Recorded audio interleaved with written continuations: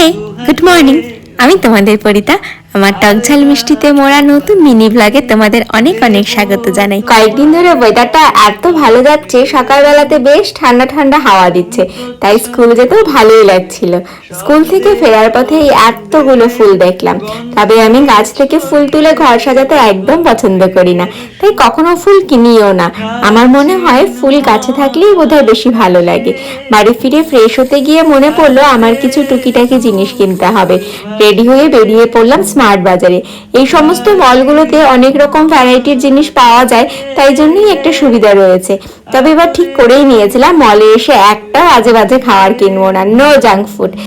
কিন্তু আমার নজরটা ওই জাঙ্ক ফুডের ওপরে পড়বেই। পরিতা, তাকাস না কিন্তু ওদিকে, ওদিকে আজে বাজে জিনিস আছে। যাই হোক, সব হেলদি খাবারই নিয়েছি এবার। তবে ওই যে একটা চকলেট নিলাম, একেবারে তো ভালো মানুষ হয়ে যাওয়া যায় না, আস্তে আস্তে হতে হয় আর কি। এই যে এই জিনিসটা আমার এত পছন্দ হলো, খুবই কিউট ছিল। তারপর কিন্তু আমরা দুজনে বাড়িতে এসে দেখলাম মাটু আমার জন্য সরা পিঠা ভেজে রেখেছে। আমি তো পাগল হয়ে গেলাম এই পিঠা দেখেই। একটু দুধও নিয়েছিলাম আর ব্যাস পটাপট কয়েকটা মেরে দিলাম। আর এই তো খাওয়া দাওয়ার পর অভি আড্ডা মারতে একটু গিয়েছিল, এই তো এখনই ফিরলো। আজ এটুকুই, টাটা বাই। তোমার গালে গল্প